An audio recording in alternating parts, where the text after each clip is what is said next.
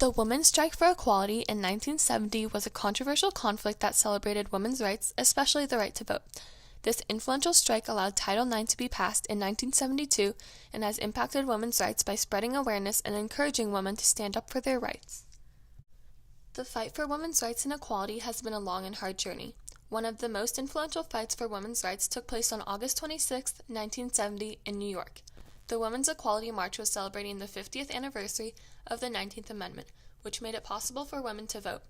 On August 26, 1970, 50,000 women linked arms and paraded down Fifth Avenue in New York, impacting the world for generations to come. The main creator of the march was a brilliant woman named Betty Friedan. Friedan was born on February 4, 1921, in Illinois. Betty Friedan had her first child, Daniel, at age 27. When she had her second child, she decided to stay home with her kids and take care of the house. She became restless and felt that she could do more than just stay at home. She decided to survey students at Smith College to see if they agreed with her standpoint on this issue. The responses from this inspired her to write her book, Feminine Mystique, at the age of 42. The book challenged women to break out of their traditional roles and to question their current roles in society. This book helped people realize that not all women want to be homemakers. The work helped create the second wave of feminism. In 1966, she helped co-found the National Organization for Women, also known as NOW. While doing this, she also published The Second Stage at age 61. The Second Stage showcases a more moderate position on feminism. When in her 70s, she wrote The Fountain of Age. This book explored a woman's life in her later stages. Friedan died on February 4, 2006, in Washington, D.C. Betty Friedan was one of the most prominent voices in the second wave of feminism. She inspired a lot of work, one of her most important projects being the Women's Strike for Equality. Betty wanted an action to present the American media with the scope and power of second-wave feminism.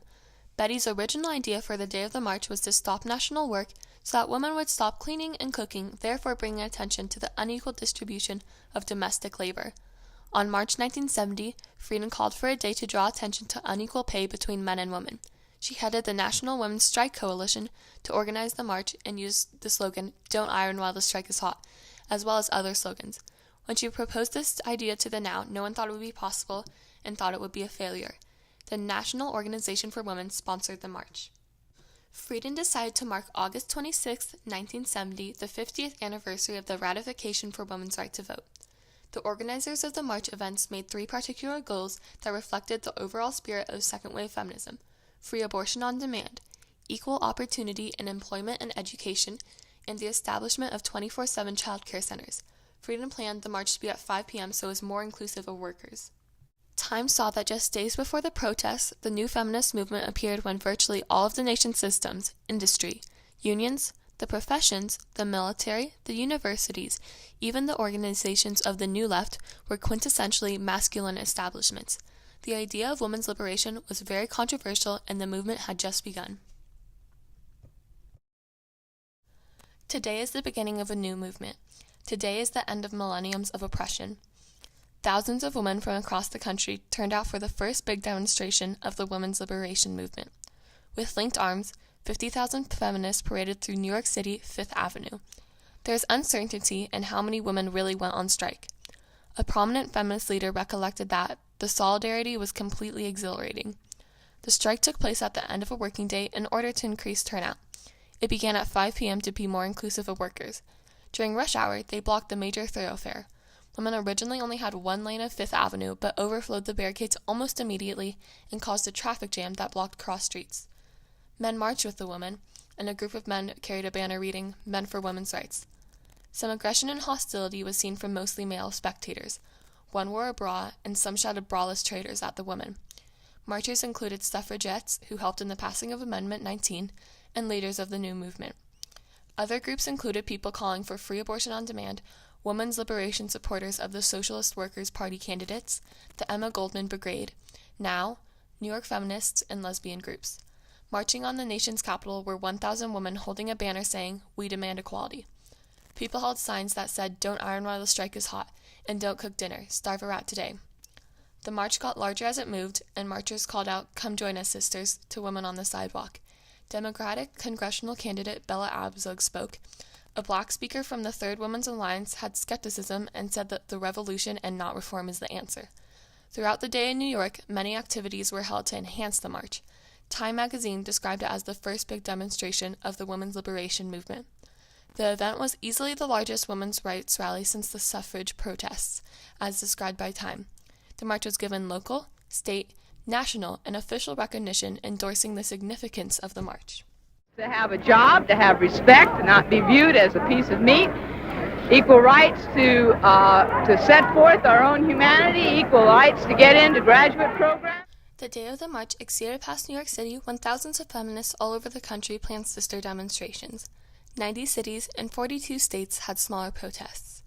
In Detroit, Indianapolis, Boston, Berkeley, and New Orleans, activists came up with creative and confrontational ideas such as infiltrating all-male bars and restaurants, holding teach-ins and sit-ins, picketed and rallied. 2,000 people gathered for a rally in San Francisco. 125 women marched on City Hall in Syracuse and Manhasset. Women gathered signatures for a petition for Senate to pass the Equal Rights Amendment. Denver, Philadelphia, and Seattle also held smaller demonstrations or passed out leaflets. In Baltimore, a group of 1,000 men gathered. A 13-hour conference was held in Pittsburgh, and Washington staged marches and rallies pointed towards a Senate passage of the Equal Rights Amendment. In Los Angeles, several demonstrations were held, 2 by women's groups opposing the women's liberation movement, a motorcade, and an evening rally. Guerrilla street theater was enacted when feminists wore Richard Nixon masks in Los Angeles. Activists would use many different tactics like publicly protesting and legislative lobbying for several years to try to achieve these goals. The Women's Strike for Equality was a march that would leave a lasting legacy and affect the world for decades to come. The strike was a very symbolic gesture that was very influencing for women of all shapes, sizes, and ages. Mrs. Eleanor Holmes Norton, who was the chairman of the city's Commission on Human Rights, said, "Give us the right to compete. Give us the right to live, the right to a job, regardless of sex." She was calling for a Senate passage of the Equal Rights Amendment. It was successful of gaining more gender equality in the workplace and education, but was the most successful in the workplace and in universities. The march helped influence the passage of Title IX in 1972. Title IX forbids discrimination based on sex in all educational programs that receive federal financial assistance. Title IX had a huge effect on the making of girls' athletics equal. Today, girls are seen as equals in the athletic fields. The march also affected the workplace. After the march, the workplace was made a more hospitable space towards women and created policies that banned sexual harassment.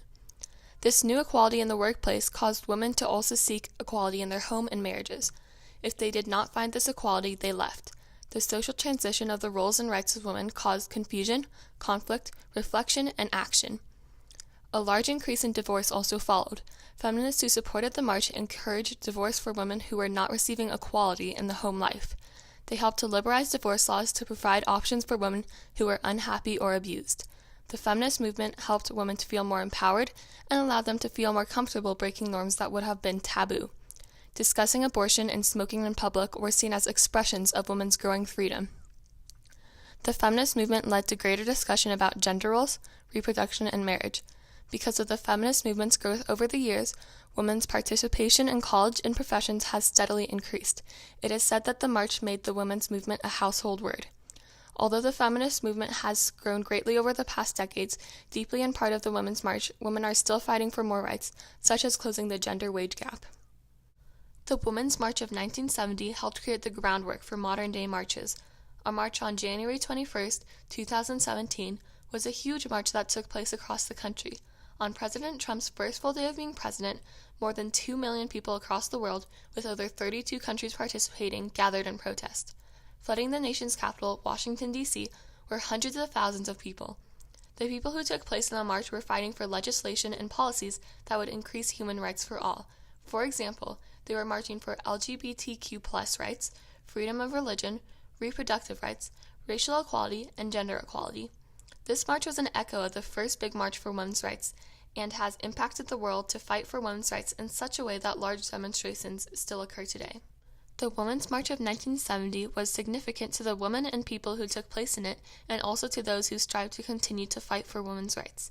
Essentially, the Women's March of 1970 has been the start of a universal fight for the rights and equality of all people. The conflict and compromise of women's rights and equality has and will continue to impact the world for a long time.